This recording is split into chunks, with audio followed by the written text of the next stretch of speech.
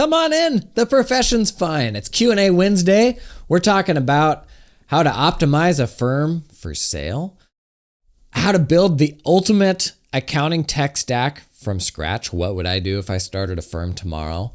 And what are the spiciest accounting conferences that you need to be turning up to year after year? Come on in, let's talk about it. It's Jason Daly.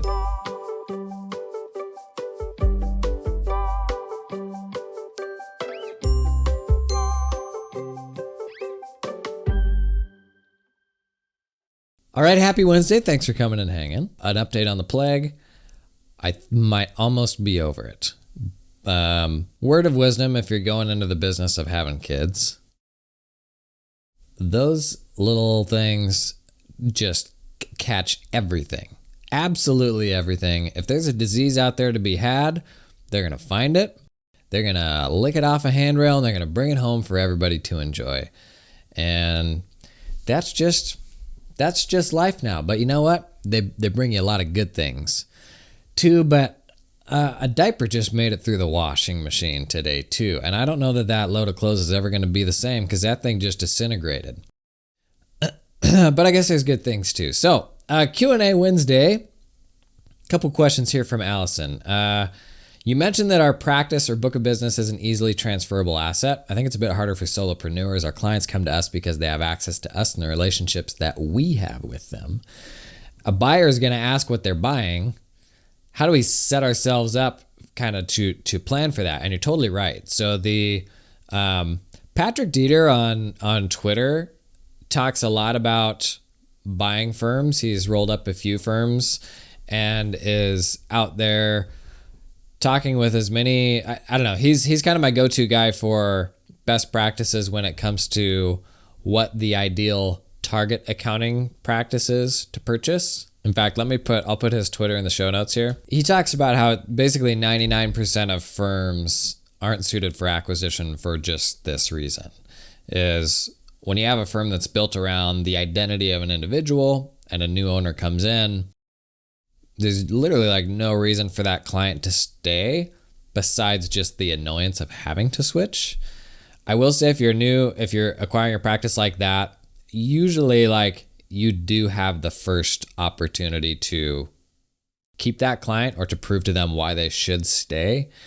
And depending on how the buyout is structured, like I never did a buyout where there wasn't a clawback if those clients left, so that everybody was incentivized to try to keep those clients, so that the owner that was going out wouldn't like badmouth you.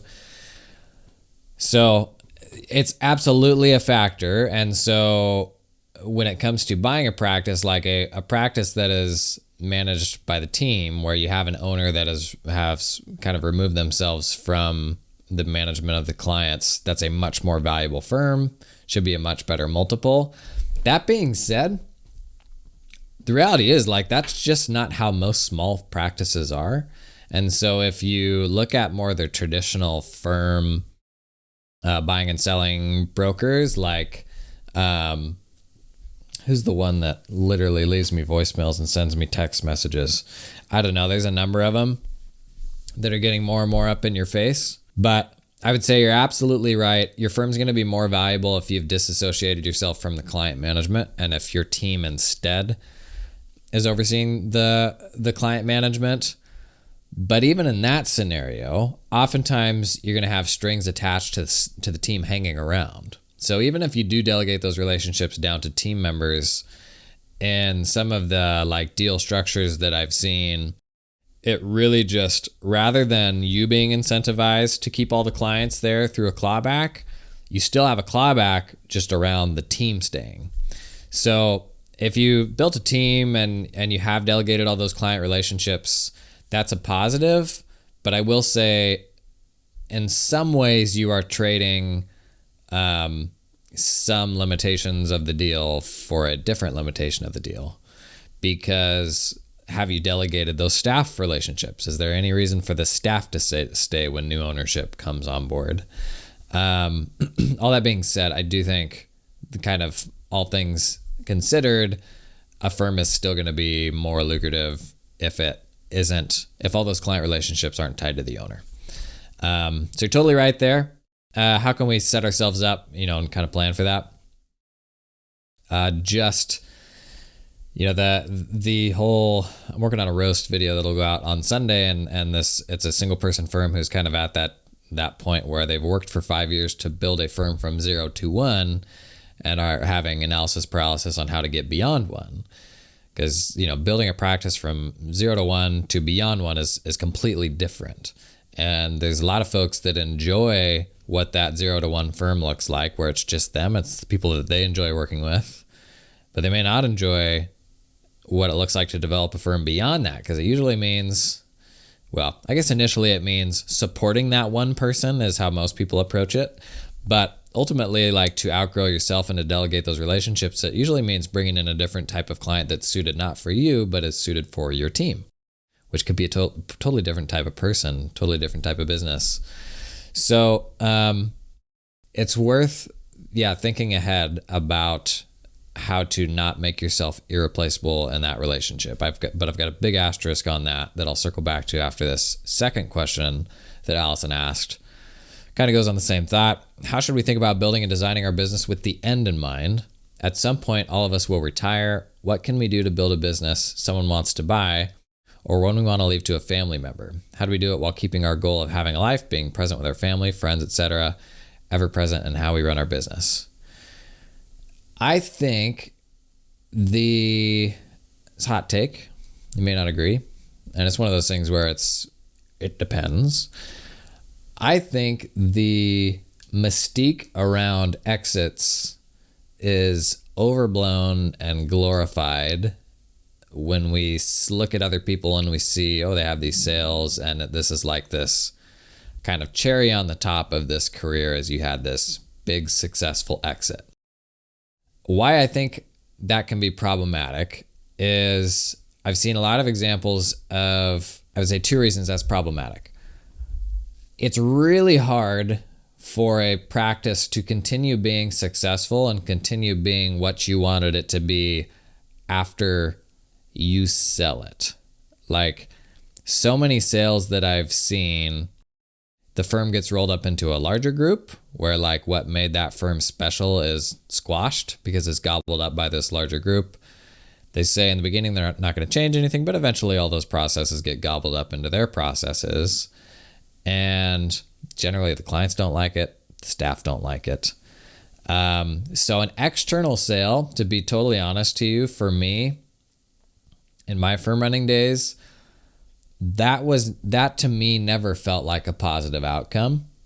Obviously I would get a payday, but if I think about, like, cool, I'm going to build this firm and all these clients, and I'm going to pour all this effort into all these people, and then, like, kick them in the nuts on the way out the door so that I get a payday.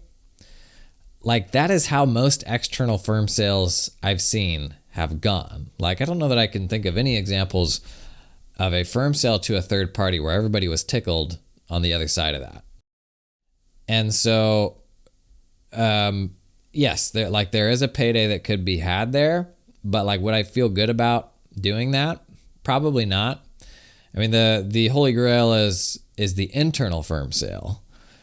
But boy, that's really, really, really hard to do, to sell the practice to the people that you employ, because, like, unless they have some external source of wealth, the notion of paying them to then go back and turn around and pay you is hard and not always realistic. That being said, for me, an internal sale was always the best case scenario, but we never had a way to make that work. Like, we weren't able to get there. It was an issue of, like, if you had the perfect people all lined up to make it happen, great. Like, I would have happily sold internally to the team at a big discount, but that was just a really hard thing to line up. And so, like, while I do think that is the best case scenario, it's really hard to do and doesn't work in most situations, which gets me to my hot take. That is, I don't think it's worth sacrificing the here and now in any way, in the way that you build your firm, in order for some hypothetical potential future payoff. If you sell a firm at a 1x multiple, I would rather have made that firm perfect for me, flexible for me, let me work the way that I want to work, and be able to do it for another 2 years and make the same money at the end of the day, and then just like hand it over to the team or something like that, or sell to the team at a huge discount. I think the whole exit thing is glorified, and so we think about that as like the ultimate. It's almost like the partner track equivalent mindset for firm owners. And the big reaction when I talked about getting out of my firm is everybody's like, congratulations on the sale. And like, I'll be real with you, like I didn't make a dime on the sale. Like I had a big obligation. What I was most concerned with in the course of the sale was not leaving all of those people flapping in the breeze, like my team and the clients and all that stuff.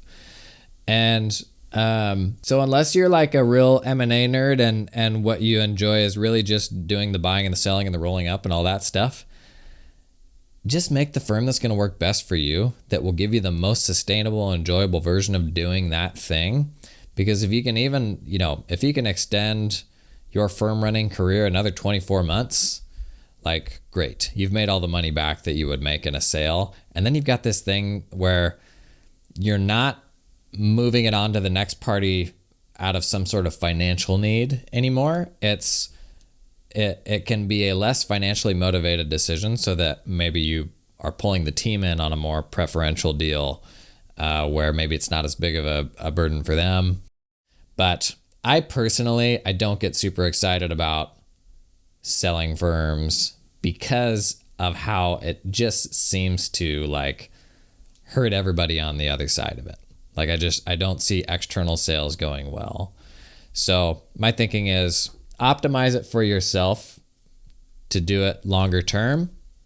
And then best case scenario, you have the people in the firm who can take that stuff over at a really, preferential rate. This episode is sponsored in part by Client Hub. This week in Tales from the Hub, you remember last week's super smart accounting firm, totally a real firm, fixed their client request process by implementing Client Tasks and Client Hub. They're leveling things up. They discovered Client Hub's internal workflow features this week. They used it to track deliverables, and they were wowed when they found Client Hub's magic workflow. It's GPT power and Client Hub. Stop the music. Keep playing the music. It is still an ad read. GPT power built right into Client Hub. Give Magic Workflow a few words that describes the work that needs to be done, and it will generate the initial task list automatically with AI. Now super smart accounting is no longer putting off documenting their processes. Within a week, they're all set with their client work and detailed processes. It's all captured in Client Hub. Somebody want to take some PTO? Remember that episode from last week? Unlimited PTO? No problem, because somebody else can pop on in, do that work because it's all documented in Client Hub. How's your documentation looking right now, bub? That's what I thought. That's it for this week's installment of Tales from the Hub. Learn more about Client Hub, the link in the show notes. Hey, this episode is sponsored in part by Dark Horse CPAs. Ever heard of them? Hey, in an age of rapidly evolving AI, Dark Horse CPAs has decided to entirely abandon the computer and go back to doing everything by hand. Bold move. We'll see how it works out. They believe that public accounting is rooted in miserable toiling, so to deprive accountants of the pride and bragging rights of working over 3,000 hours a year is a slap in the face. Sure, they could use computers to work half the hours for 5 times the... What is this ad read? But what is an accountant if not burned out and underpaid? Sure, they could be known to their family and actually have relationships with them, but the truth is, accountants just don't like people. And if you're looking for a firm that will exercise an undue amount of control over your life and actively participate in the decline of your physical and mental health, you should get in touch with the overlords at Dark Horse. I feel like somebody that doesn't like Dark Horse just bought an ad on this show. This is tongue-in-cheek. They're passively seeking mediocre talent to fill roles that are obsolete to the modern accounting firm and would appreciate the opportunity to stunt your career growth for as long as you'll let them. Check out the link in the show notes to Dark Horse CPAs to learn more. A LinkedIn DM. I usually don't say who people are if they're sending me a DM. I assume I should keep that private. Asking about changing tech and AI and all of that, are there any key new or revamped positions in firms that you see? I potentially see a future job posting at a firm that sits in between traditional IT and department leaders, where the primary focus is identifying and solving processes, challenges, inefficiencies, competing priorities that distract from the firm's larger goals. Tech exploration and awareness would be a large part of the gig. Yeah, it's absolutely true. There are firms that have in-house automation folks, and like the whole notion of the chief automation officer was something that was really picking up steam. AI has kind of eclipsed all this, but like no code stuff has really exploded the last few years. The idea that anybody can build a mobile app in 5 minutes and create a website and build your own little custom workflows and integrations and all that stuff. And at a certain point, I think we're going to stop calling it no code, and now it's just like software. Like software has been on this inevitable path towards simplification where anybody can build it. From the earliest days of computing, when people were writing lines of code for like the actual hardware in the machine and managing memory and all these things, like that stuff has been abstracted and abstracted and abstracted to now where most development languages are super, super simplified and way easier than the older ones. But like the inevitable destination of that is it just keeps getting more and more simple to where anybody can create software. And like Zapier is a great example of that, like the ability to visually integrate two different apps in a customized way. All that stuff's just going to keep getting easier and keep getting more accessible and keep getting more powerful. So the real problem with automation tools and all that is nobody identifies as an automation nerd. Like besides the people that are going out and consulting with people just around automation and workflow and all that, like accountants, there's a small subset of them that do, but in general, if you're an accountant, you don't identify as the person that's going to do a deep dive on this software stuff. You see it and you're like, well, this is my job, is this other stuff. I've got obligations I've got to meet. And so like, that's not me, that's for somebody else to tackle. When these days, that line is getting more and more blurred between who are automation specialists versus like, is this just a part of knowledge work now? And now we're seeing this conversation starting to come up around AI, where it's like, okay, do you have AI experts and then the normal workers? Or is AI like, like everybody just kind of has to learn it? Because, we're getting into conference season, every single talk that you're in, whether they're talking about AI or not, AI is the elephant in the room. Is how is AI going to change this workflow or this process or this type of work? So is it something where you have leadership where that is their dedicated role? That's what they're going to do. And maybe part of their role is to help bring people up to speed, up to like a base level so that they can lean into that stuff to at least some degree. Or is it something that just becomes an expectation for everyone? And that's something organizationally that I think will be different firm to firms. There will be the real nerd firms where you're expected to have this level of technical capability just to get your work done. And I mean, in the past, this was like being able to use the Microsoft Office suite. Like, how many words a minute could you type? Like, can you use a computer? Like, are you savvy with Excel? Like, these are past versions of these sort of same things. And like future equivalent things may be like building cloud integrations and understanding AI and being able to get the most out of ChatGPT and stuff like that. So it probably depends on the makeup of the firm. If the expectation in the beginning is that like folks are very savvy and like everyone is at a certain level, then I think you probably don't need a dedicated role.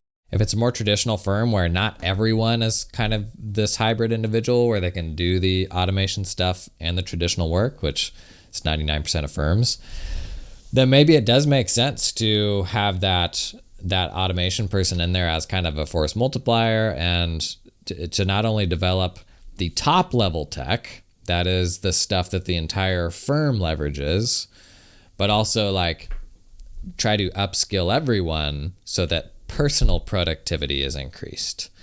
And like I've talked about, I don't know if I've talked about this on this show, but I do think there's a real shift in technology happening where technology historically was all organizationally led, top down.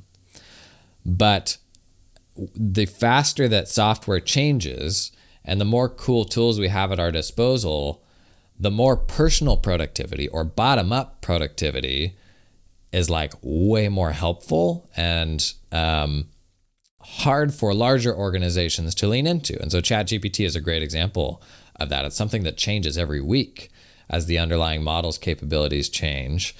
And if you're going to wait for like a top level, like so you look at a big organization, if you're going to wait for some top-down implementation of that technology, it's going to take a really long time, as opposed to the people who are using ChatGPT the day it launched for writing emails and stuff like that and saving time.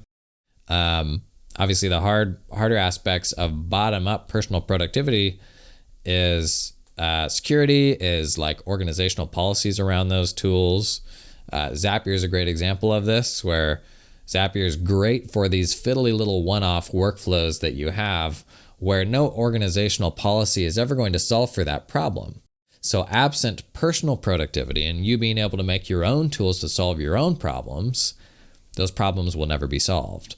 But the tools are sitting out there on the shelf to solve those problems. So like unless we're accounting for personal productivity somehow and giving people access to tools that will solve their own problems, at least to some level, then you have people doing this work that can absolutely be automated. It's just not allowed at the organizational level. So to bring this back to the question of like automation roles, it depends on like where on that spectrum the firm is, but most firms where not everybody's going to be a real nerd leaning into this stuff could probably benefit to some degree of having that. And so maybe the initial version of that is like pulling someone in part-time on contract.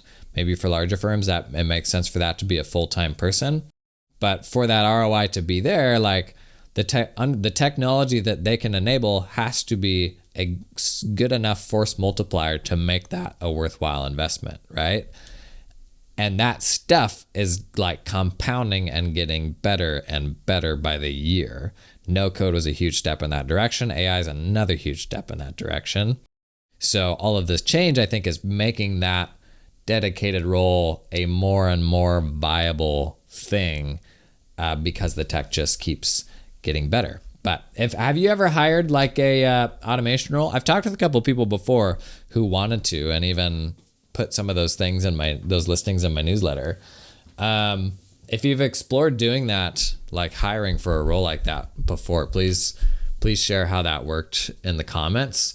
This is definitely an audience that is suited for that sort of thing. Like we've got a lot of tech heavy people in here. So this is kind of an interesting crowd to explore that with. LinkedIn DM here. I'm curious about your thoughts on the ideal tech stack for a new accounting practice. Wondering if you could share some insights on the software and platforms you would personally choose if starting an accounting business from scratch today. Let's leave tax out of this. Let's just assume we're starting an accounting practice. I think today you've got two paths to build that tool stack around. You either start with your cloud practice management system, and like that is a non-negotiable. You got to have a way these days to manage client-facing requests. You got to have all that stuff in the cloud, like on-premise systems, like we got to get past that stuff. But having a single place for the whole team to manage work and tasks and everything that you need from your clients, you got to have it. Right now, I think if you start an accounting practice today, the first tool that you pick and then build everything else around is either going to be your cloud practice management system or it's going to be your month-end close tool. And so if you work with some larger, more mid-market companies, there's a good number of month-end close tools out there like Flowcast, and there's a bunch of them. If you work with SMBs, for most people that means Keeper. Keeper is a dedicated app for managing clients' month-end closes, and it has an integration with QuickBooks and Xero so that it can actually pull the transactional detail like into Keeper as you're doing reviews and that sort of thing. So I think most people today are starting to build that stack either with Keeper first or the cloud practice management system. If you go the cloud practice management system route, Make sure it's got a great way for handling client-facing requests. Like, it's got to have a portal that is good enough for clients to not get frustrated by it. I've railed on this a lot, but like the biggest waster of time in the accounting industry right now in public accounting is hounding people for information. Let the machines do that. But then when you've got that practice management system, you got to look at like, what else do I need around this? Does it do billing the way that I want? Most cloud practice management systems aren't very robust when it comes to billing. A lot of people go Ignition there. Some people are going Go Proposal or some other like non-accounting industry specific proposal tools. So oftentimes you will bolt a proposal and payment solution into that cloud practice management system, because most of the PMs today, like, they just rely on a QuickBooks integration for invoicing or something like that. But if I want to put an engagement letter in front of somebody that will take auto payments and like let me set up my service packages and all that stuff, I don't think any of them go that far yet. File management is another one that most cloud practice management systems don't wade too heavily into. Some of them do now. But historically, that has always been the other big thing that you might need another solution for when it comes to practice management, is a dedicated file solution. The practice management systems now are leaning more into local drive syncs, which is great. It can be a real pain if you're trying to lean into client-facing portals to have a source of documents that is that portal, but then all of your other documents live in a completely different place. That can be a real annoyance. But I think the common thing I'm seeing the practice management systems settle on is having this local synced drive so that you could work with what is basically a local file structure, but that syncs to the practice management system. And then from the practice management system, you can make any of those files client facing so that they can see them as well. So if you go the practice management first path, that's what I see most folks doing. If you go the keeper first path, it sort of changes what you need from your practice management system. So while keeper is really good at managing the month-end close, like it does a great job with that, it doesn't get into the other stuff. So what about all the other aspects of your business, from the more administrative things that maybe that isn't going to manage for you? Like, if you do tax, is it going to be suited for managing tax projects? Stuff like that. You've got right now a logjam at the client experience. So if you do other work besides month-end closes and you want clients to work with a portal, are you asking too much of a client to use Keeper's portal in addition to some other practice management systems portal that may do that other stuff better? That's kind of a tough one right now.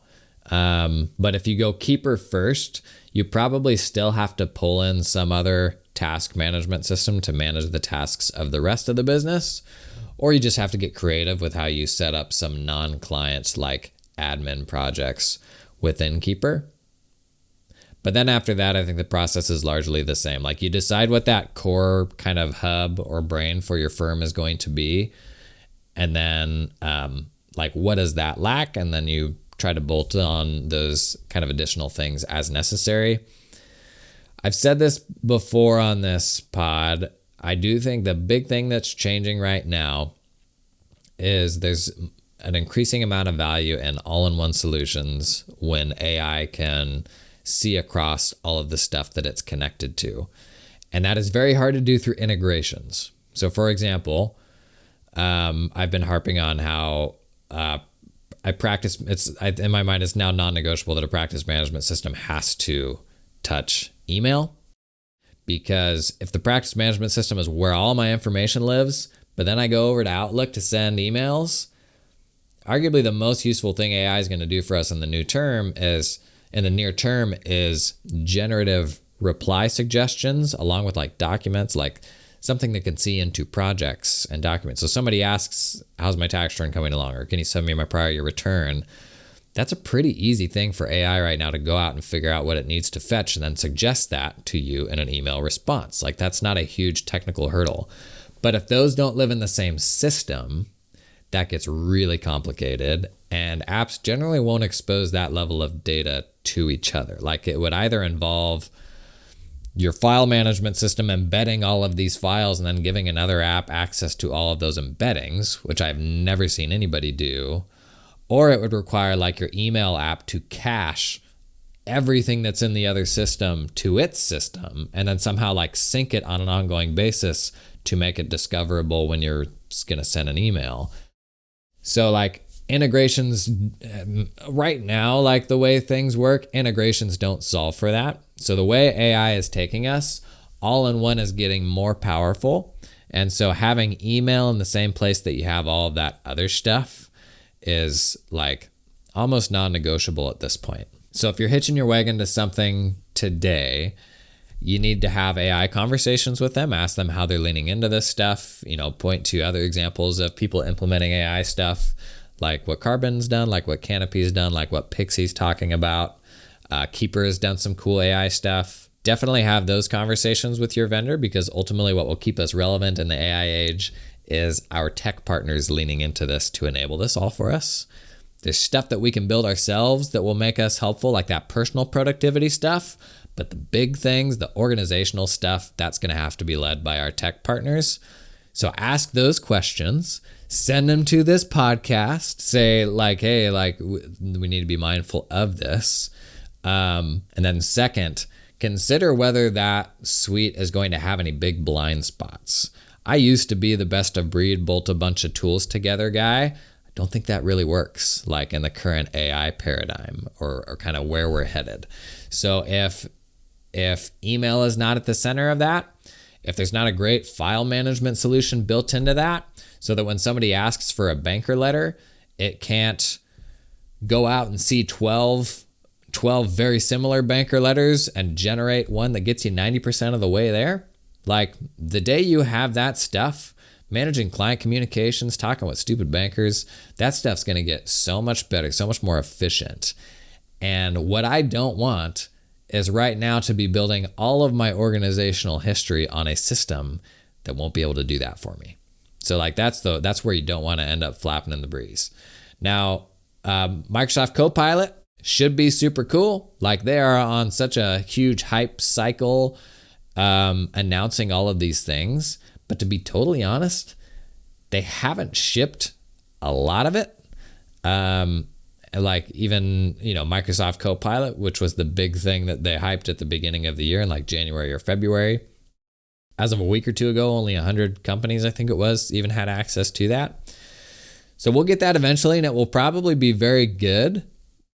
But I don't think that it will ultimately, while it will be very good when it comes out, it does not have the same ceiling of potential as what accountant-specific suites will have. Because they can develop things that are specific to us that have like deep integrations with QuickBooks and Xero and stuff like that that solve more accountant-specific problems. So while I am excited for Microsoft Copilot, right now the way things look, I don't think I would put my practice on it. But we'll see. Stuff's changing, man, in a really exciting way, in a way that's really good for us. This episode is sponsored in part by Findaily. Findaily, ever heard of it? Entrepreneurs, let me tell you, they don't have time to focus on their numbers, but Findaily solves this problem by sending business owners an automated daily email. You know what automated means? You don't have to do a thing, it just sends, it goes right on out. It includes key metrics, bank balances, and accounting for about $1 a day, $1 a day. You know what? That's less than the cost of a cup of almost anything these days. In addition, Findaily allows the emails to be white labeled, i.e. slap that firm stamp on there, putting your accounting firm top of mind with clients because that email's sliding right into home every morning. Try my brainchild. It is. I did make it. I created Findaily. I don't own it anymore. Try my brainchild for free. Link in the show notes. Go check it out. Pretty cool. Okay, one more about accounting conferences. I'm a new firm owner. This was Chip Munn on Twitter. Less than 18 months. Very new firm owner. Congrats. Bless your heart. We need more of those and would love to find some great conferences. I'm not worried about continuing ed, just awesome firm runner content, as you should be. Your recent episode said you participate in lots. Any suggestions? Yes, don't go to conferences for continuing ed. That's the big thing I hear that a lot of people do is and accountants are so ROI. We're so ROI based on what we know. When I think there's so much value in setting yourself up for, I always say serendipity, like what cool people could you meet? Like what things could happen that you can't even plan for? Because if all you ever do is the stuff that has a really concrete ROI where you know exactly what's going to happen, then it's like, I don't know. For me, that's kind of a boring way to go through life. But yeah, continuing ed is like the thing I'm least interested at accounting conferences. When you're at an accounting conference, you are surrounded by a bunch of people who have paid a pile of money and taken a bunch of time to be there. And these are smart people investing in themselves. And I hear this from me as somebody that goes and speaks at all these conferences. There's less to learn from the people who are speaking than there is to learn from all the people you're sitting around. Like that is the fun of conferences to me. That being said, come to all my talks, please, please, please. Okay, so for a new accounting firm owner, I think PASBA makes a ton of sense. PASBA is like, and I've never been to PASBA's annual conference. I would love to go sometime. But the whole deal with PASBA is like transparency and how people run their practices and how profitable they should be and benchmarking, stuff like that. And that is a great like fast track to learn how other people are running their firms, which is what everybody should be trying to do is how do I steal a bunch of ideas from other folks? It'll cut years off your learning process. I've had some folks tell me that like PASBA is not always the most like cutting edge, like forward looking bunch. And I do think there's exceptions to every rule, but like just anecdotally, I have heard that, but especially if you're starting out in a firm, like building a practice for the first time, like having that foundation of like, what's everybody else doing? That's really, really valuable. Not to necessarily say that you're going to do it the exact same way, but it better informs how you make decisions for yourself. So I would put PASBA right up there, especially for new firm owners, assuming it's an accounting practice. My faves, my S tier conferences in the US here, I can't speak much to outside the US. QuickBooks Connect is really good. They'll have good speakers. It's one of the best ecosystem turnouts. There's a bunch of tech vendors there. And that's really what I enjoy is like meeting all the different people who are developing stuff and finding early stage tools that'll solve a problem for me, that sort of thing. QuickBooks Connect, they're doing that in Vegas now. And so it's super easy to get in and out of. If you're on the East Coast and you don't want to burn a day coming over to this side of the country, Scaling New Heights is pretty good. I wouldn't put it quite on the level of QuickBooks Connect, but if you're looking for something with kind of an ecosystem vibe with a lot of tech partners, Scaling New Heights is pretty good. That's coming up in a few weeks here in St. Louis. I'll be there. I think I'm doing a panel. QuickBooks Connect is in November. I'll definitely be there. AICPA Engage. Folks like AICPA is just, folks either love it or hate it. This is very divisive for whatever reason. I think Engage is pretty good. I've never been to Digital, their other big, more tech-centric one. I think I'll probably be there this year. It's in December in Vegas. But I've always liked Engage. With the AICPA conferences, you get a little bigger practices and people from more mid-market firms. So if you're a solo firm owner, some of the stuff may feel a little heady and like a little bigger, like the Scaling New Heights, QuickBooks Connect, XeroCon when they do it in the US. It is all very friendly to small firms and even solo firms.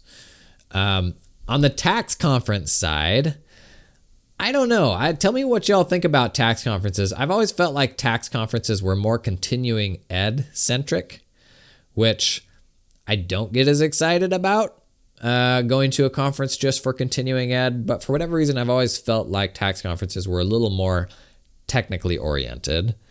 What I love about the conferences that I've referenced here is there's a real emphasis on technology and highlighting the vendors and the people that are building cool stuff for us, like, which in my mind, that's where the innovation usually comes from. And that's what gets me most excited.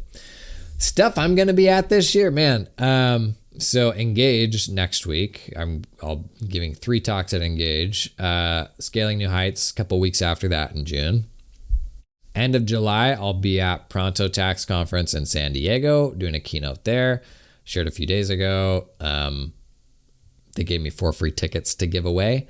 If you're in the San Diego area, absolutely come and do that. I don't know if those free tickets have been burned through yet or not. That's a little one, like 150 people, like local tax people. Bridging the Gap, Randy Crabtree's conference from his unique CPA community. I will be there emceeing that conference the last week of August. That's in Chicago. Definitely come hang. That's a first year in-person conference. I might do ZeroCon the week before that. That's in Australia. Don't know yet. That would be a lot of fun if I did get to do that. Going back in time further, the second week of August is Gusto Next. I'm told that's invite only though. It's going to be in San Francisco this year. That's August 8th through 10th, I think. I don't have any conferences on my radar in September that I'm going to. October, Thrival does the Deeper Weekend. I don't think I'll be at that, but I know that's a popular one for firm runners that are looking for a community. That's over on the East Coast. November, we've got QuickBooks Connect midway through the month there. Same time as the Las Vegas Grand Prix. If you're into that sort of thing like I am, it's going to make Vegas absolute hell, but it'll be fun. And then December, you've got Digital AICPA's conference. That is December 3rd through December 6th in Vegas. That one, AICPA Engage and QuickBooks Connect, all at the Aria in Vegas, which is super, super convenient to get in and out of. And the conference is like inside the hotel. But I will probably be at all of those this year. If you listen to this show, please come and hang at conferences. Meeting me IRL.